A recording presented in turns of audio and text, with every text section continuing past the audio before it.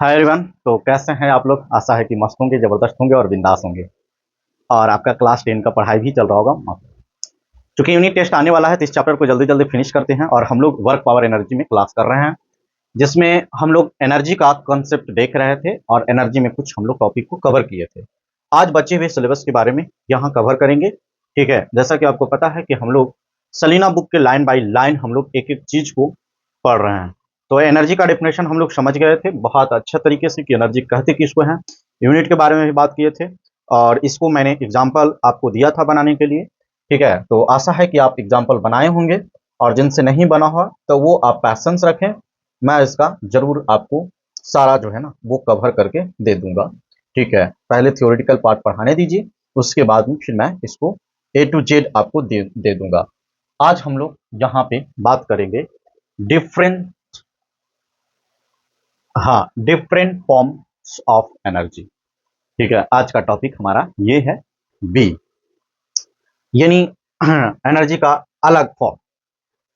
तो कह रहा है कि the energy possessed by a body due to its state or rest or motion is called mechanical energy। यानी एक हमारा यहाँ पे टर्म आया मैकेनिकल एनर्जी। तो मैकेनिकल एनर्जी कहते किसको हैं? तो देखिए, द जो एनर्जी किसके कारण, स्टेट, यानी स्टेट, रेस्ट और मोशन के कारण जो एनर्जी आता है उसको हम लोग बोलते हैं मैकेनिकल एनर्जी। समझे? कोई पार्टिकल मोशन में है तो उसके पास भी एनर्जी है, कोई रुका हुआ है तो पर भी उसके पास एनर्जी है। इसको हम लोग कहते हैं क्या, मैकेनिकल एनर्जी। और इसका जो है दो फॉर्म आपको जनरल देखने को मिलता है। एक हो गया पोटेंशियल एनर्जी और दूसरा हो गया काइनेटिक एनर्जी। यानी ये जो मैकेनिकल एनर्जी है ये टू फॉर्म, तो आप कह सकते हो कि मैकेनिकल एनर्जी जो है वो कुछ और नहीं, सम है काइनेटिक एनर्जी और पोटेंशियल एनर्जी का। क्लियर? तो देखिए यहाँ पे लिख भी दिया हुआ, the total mechanical energy of a body is equal to the sum of its potential energy and kinetic energy. जैसा कि यहाँ पे आपको लिख दिया है। अब कह रहा है कि energy of a body at a point, तो यहाँ पे eight a point work done चलिए यहाँ पे नीचे है, अभी वो पॉइंट नहीं है। तो यहां तक समझ गए कि ये मैकेनिकल एनर्जी कुछ और नहीं, ये जो होता है मैकेनिकल एनर्जी कुछ और नहीं है, ये काइनेटिक एनर्जी और पोटेंशियल एनर्जी का सम होता है। यानी अगर जो हम लोग काइनेटिक एनर्जी की बात करें तो देखिए एक बात यहाँ पे समझा देना चाहते हैं कि यदि किसी चीज को आप ऊपर लेकर जाते हो तो ये वर्क डन करना पड़ता है। तो हालांकि इसको बात करेंगे तो वर्क डन कुछ और नहीं, चेंज इन काइनेटिक एनर्जी है। वर्क एनर्जी थ्योरम में हम लोग इस बात को करेंगे। तो जैसे इसको ऐसे करके ऊपर लेके जा रहे हैं, तो ऊपर लेके जा रहे हैं तो इसमें क्या होता है कि ये पोटेंशियल एनर्जी यहाँ पे सबसे मैक्स होता है और काइनेटिक एनर्जी जीरो होता है।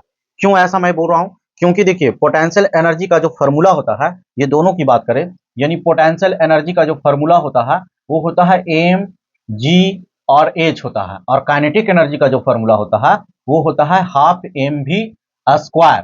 तो देखिए अगर जो मान लीजिए कि ये बॉडी है तो इसको ऊपर लेके गए तो भी क्या हो गया, जीरो। तो इसका मतलब काइनेटिक एनर्जी क्या हो गया, जीरो। यदि यहां से इसको फोर्स लगाया और यहां लेकर जाके छोड़ रहे हैं तो इसका काइनेटिक एनर्जी जीरो हो गया। लेकिन ये हाइट जो है वो इंक्रीज किया तो पोटेंशियल एनर्जी क्या हो गया, मैक्स हो गया। अब यहाँ देखिए भी जीरो, अब इसको छोड़ रहे हैं तो ये नीचे आ रहा है, तो ये भी बढ़ रहा है, क्योंकि पहले जीरो था बढ़ रहा है। तो जैसे जैसे नीचे आएगा तो वो होगा काइनेटिक एनर्जी। इसका मतलब ऊपर ले जा रहे हैं तो पोटेंशियल एनर्जी मैक्स, और वही पोटेंशियल एनर्जी जब नीचे ला रहे हैं तो काइनेटिक एनर्जी में कन्वर्ट हो रहा है।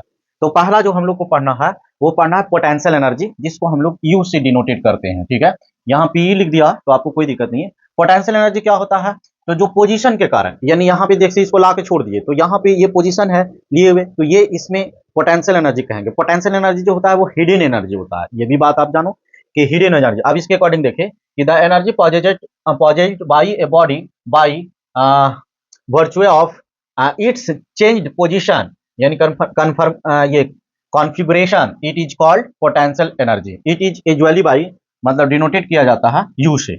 अब एक एग्जांपल है, जैसे कह रहा है body placed a height above the ground, यानी एक बॉडी जो है ग्राउंड के एबव प्लेस्ड किया जा रहा है।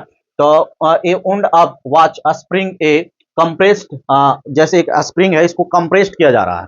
ठीक है, तो और स्ट्रेच ए रबर स्ट्रिंग, यदि एक रबर स्ट्रेच को स्ट्रेच किया जा रहा है तो हैव द पोटेंशियल एनर्जी। तो इसका मतलब ये सब पोटेंशियल एनर्जी इसमें देखने को मिला है। यानी यहाँ पे ऐसे इसको छोड़ दिए तो इसमें भी पोटेंशियल एनर्जी है। यदि आप कोई स्प्रिंग है तो उसको दबा के या खींच के छोड़ दिए यानी ये कह रहा है बॉडी हाइट एवंड वाच आ स्प्रिंग कंप्रेस्ड, यानी इसको कंप्रेस्ड करके छोड़ दिए, या और तभी तो पर भी इसमें क्या होगा, पोटेंशियल एनर्जी स्टोर है, छोड़िएगा तो काइनेटिक एनर्जी में कन्वर्ट हो जाएगा। फिर अगर जो स्ट्रेच रबर को अगर जो स्ट्रेच कर लिए हैं और छोड़ दीजिएगा तो वो भी काइनेटिक एनर्जी में कन्वर्ट हो जाएगा। तो यहाँ पे जो स्ट्रेच किए हुए हैं वो पोजीशन को हम लोग पोटेंशियल एनर्जी कहते हैं। ठीक है, ये बात आपको आशा नहीं बल्कि पूर्ण विश्वास है कि ये एकदम क्लियर होते चल रहा होगा। यहां तक हम लोग समझ गए हैं। देखिए अब फॉर्म्स ऑफ पोटेंशियल एनर्जी, तो पोटेंशियल एनर्जी का जो फॉर्म्स है, देखिए पोटेंशियल एनर्जी खुद फॉर्म्स है किसका, मैकेनिकल एनर्जी। अब हम लोग पोटेंशियल एनर्जी का फॉर्म किसका कौन पढ़ने जा रहे हैं, ग्रेविटेशन पोटेंशियल एनर्जी। तो हम लोग पहले इसका फॉर्म के बारे में देखेंगे कि इसका कितना फॉर्म होता है।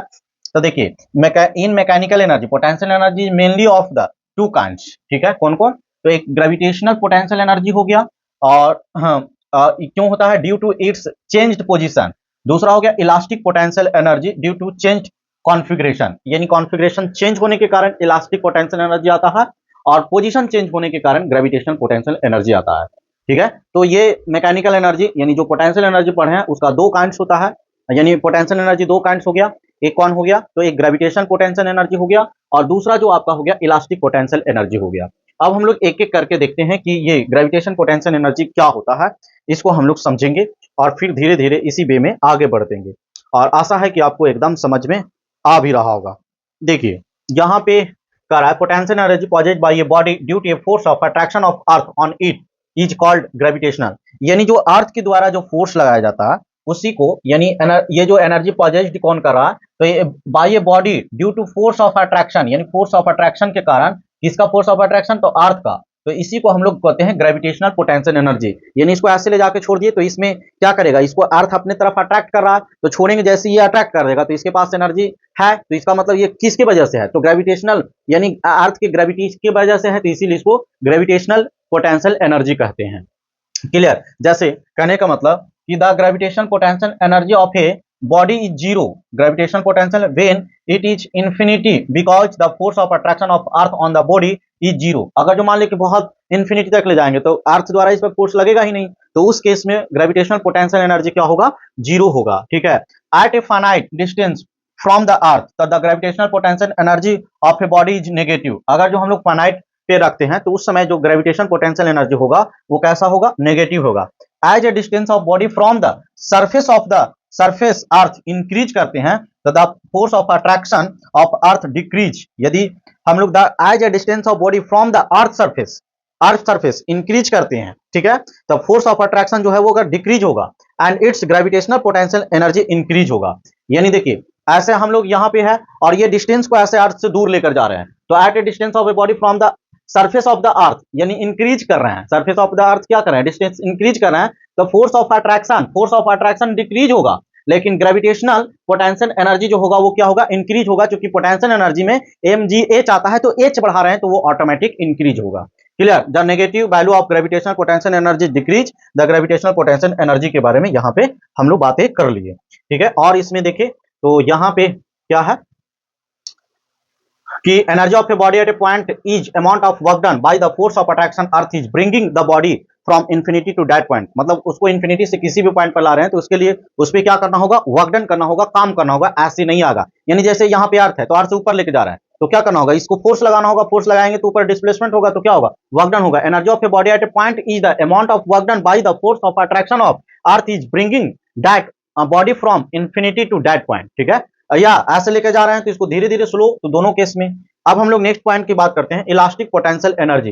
Elastic when external force is applied by a body it's configuration, configuration मतलब होता है शेप साइज चेंज होता है तो उसको इलास्टिक पोटेंशियल एनर्जी कहते हैं। ठीक है, regains original configuration of removal of external force the potential energy possessed by a body to deform state due to change its configuration, मतलब उसका कॉन्फिगरेशन चेंज हो जा रहा is called elastic potential energy. It is equal to the amount of work done in deforming the body change the configuration of body. जितना इसमें work done होगा उतना ही की इक्वल ये इलास्टिक पोटेंशियल एनर्जी होगा। अब हम लोग इसको जो है तो इस वीडियो में हम लोग इतना ही तक के कवर करते हैं, फिर इसको हम लोग आगे बात करेंगे। ठीक है, और ये जो है अच्छा यहाँ तक के हम लोग बात कर लेते हैं।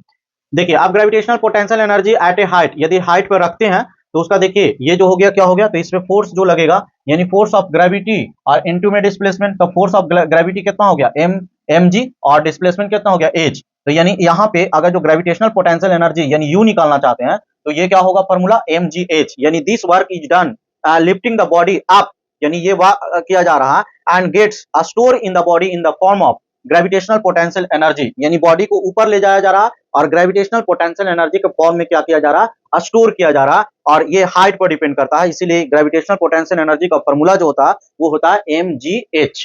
तो हम लोग इतना आज कवर कर लिए, फिर हम लोग नेक्स्ट वीडियो में बचे हुए जो पार्ट है, अभी हम लोग छोटा छोटा वीडियो में इसको कवर कर रहे हैं, और जैसा आपका डिमांड होगा फिर हम लोग एक एक घंटा का भी क्लास और वीडियो शूट करेंगे, ठीक है। तो जैसा आपका डिमांड होगा, पहले आदत बनाइए मेरे साथ पढ़ने का। अगर जो मेरे साथ पढ़ रहे हैं समझ में आ रहा है तो आप कमेंट जरूर कीजिए कि हाँ सर समझ में आ रहा है, आप इसी फॉर्म में कमेंट कीजिए। नहीं समझ में आ रहा है तो पर भी कमेंट कीजिए।